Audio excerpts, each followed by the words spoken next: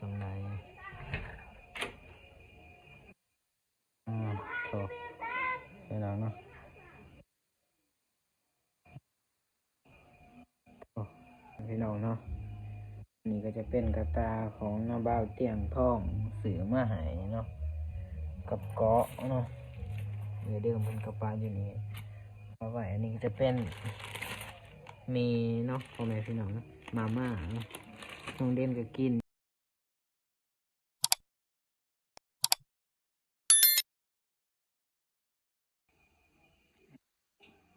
ครับทักทายสบายดีและสวัสดีพ่อแม่พี่น้องปองปายเบิดสุขุสุคนเนาะก็จะเป็นFCฝั่งลาวฝั่งไทยแล้วก็ต่างประเทศเนาะก็ยินดีตอนรับเข้าสู่ซองบาวเด่นซะแนวคือเก่าคือเดิมเนาะพ่อแม่พี่น้องเนาะนี่น้องเด่นสีมาทายไฟพ่อแม่พี่น้องในเบิงเนาะเห็นคอมเมนต์หนึ่งเนาะเพิ่นเมนมาว่าน้องเด่นทายลงคลิปไฟแน่ว่ามันสีสว่างสำใดเนาะอันนี้น้องเด่นกับสีมาทายว่าไฟที่สร้างไฟเอาลงเนาะมันสีสว่างสำใดเนาะเด่นสีทายให้พ่อให้แม่เลยพี่น้องได้เบิ่งเนาะเดี๋ยวน้องเด่นสีทายเนาะโทรพี่น้องเนาะอันนี้ก็จะเป็นทางลมเนาะที่บ้านน้องเด่นเนาะแสงไฟทางลมเนาะพ่อแม่พี่น้องเนาะสีประมาณนี้เนาะพ่อแม่พี่น้องก็สว่างดีเนาะพ่อแม่พี่น้องเนาะเนาะเดี๋ยว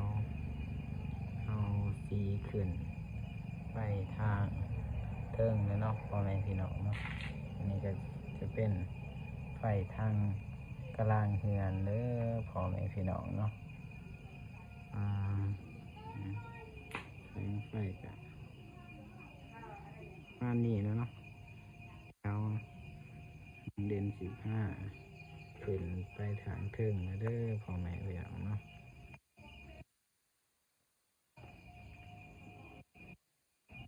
สีมืดแน่นะ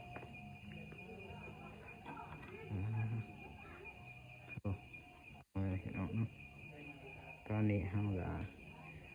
เป็นที่เครื่องที่เรียบร้อยนะพออันนี้ก็จะเป็นแสงไฟทางเครื่องเนาะพอพี่น้อง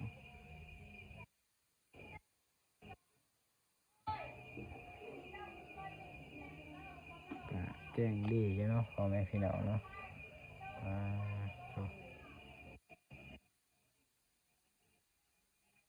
เดี๋ยวน้องเด่นสีผ้าเขาไปเบิ่งของเอื่อยเดิมก็เนาะพอแม่พี่น้องเนาะว่าสีงามสำไรโถพี่น้องเนาะ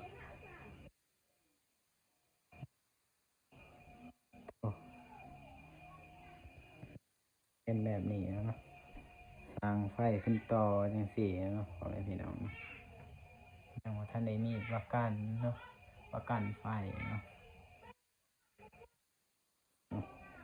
ห้องเอื่อยเดิมหมดเนาะพอแม่พี่น้องเนาะ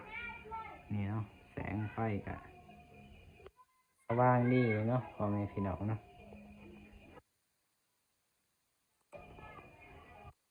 อันนี้กะ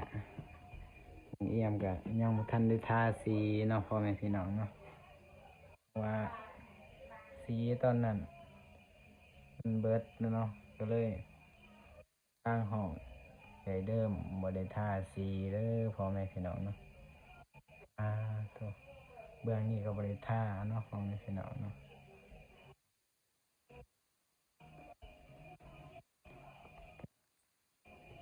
อันนี้เนาะแสงไฟเป็นของนอนไอเดิมเนาะพี่น้องเนาะนี่ก็จะเป็นกระตาของน้าบ่าวเตียงทองสือมาหายเนาะกับเกาะเนาะเดิมเป็นกระปาอยู่นี่ เอาไว้อันนี้จะเป็นมีเนาะพ่อแม่พี่น้องเนาะมาม่าเนาะน้องเด่นก็กินอยู่แต่ว่าประหยัดเนาะพ่อแม่พี่น้องเนาะ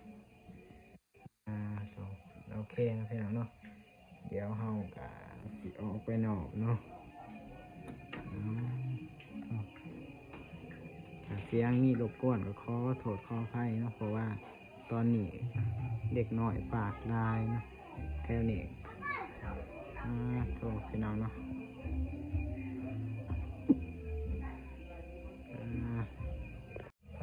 โทษกระสีประมาณนี้เนาะ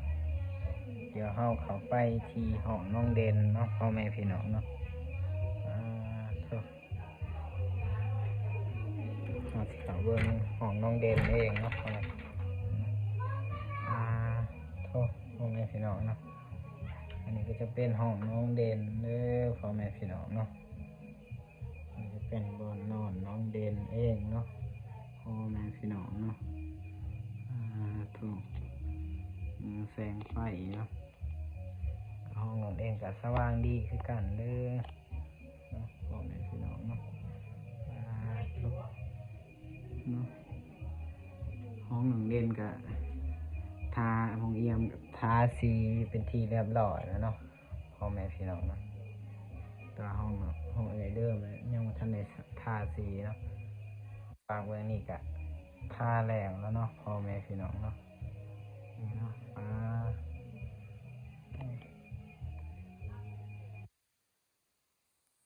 แสงไฟเนาะสว่างดีเนาะพ่อแม่พี่น้องเนาะ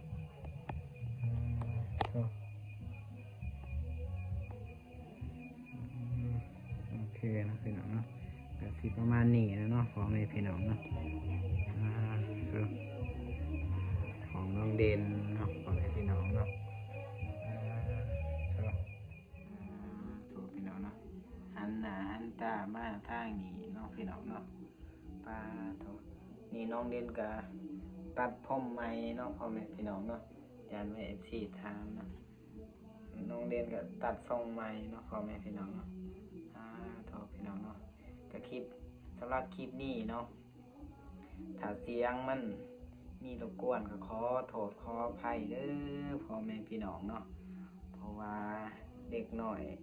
แถวบ้านน้องเด่นมันมีหลายเนาะพ่อแม่พี่น้องก็ขอโทษขออภัยเนาะถ้ามีเสียงรบกวนเด้อพ่อแม่พี่น้องเนาะโทษน้องพี่น้องเนาะน้องเด่นก็จับกล่องเองเนาะพี่น้องเนาะน้องเด่นสิตั้งเนาะดีแล้วเนาะพ่อแม่พี่น้องเนาะน้องเด่นก็ทายความสว่างของไฟเนาะพ่อแม่พี่น้องเนาะสว่างสำใดเนาะน้องเด่นก็ทายให้แล้วเด้อพ่อแม่พี่น้องเนาะจานว่า FC น้องว่าน้องเด่นบ่อ่านคอมเมนต์เนาะน้องเด่นก็อ่านทุกคอมเมนต์เด้อพ่อแม่พี่น้องเนาะโอเคนะพี่น้องเนาะคลิปนี้ก็สิประมาณนี้เนาะฝากขอมขอบใจพ่อใหญ่ใจบุญแล้วก็FC เบิดทุกทางเนาะที่เขามาเบิ่งมาส้มบ่าวเด่นแนลเนาะพี่น้องเนาะก็ขอให้อยู่ดีมีแห้งเนาะสุขกายสุขใจความเจ็บอย่าได้ความไข่อย่ามีเพราะว่าเฮ็ดเวียกการงานอันใดก็ขอให้ประสบผลสำเร็จเด้อพ่อแม่เด้อโอเคเนาะพี่น้องเนาะคลิปนี้ก็ยังลาเนาะพี่น้องเนาะถ้าเสียงบ่ได้ยินก็ขอ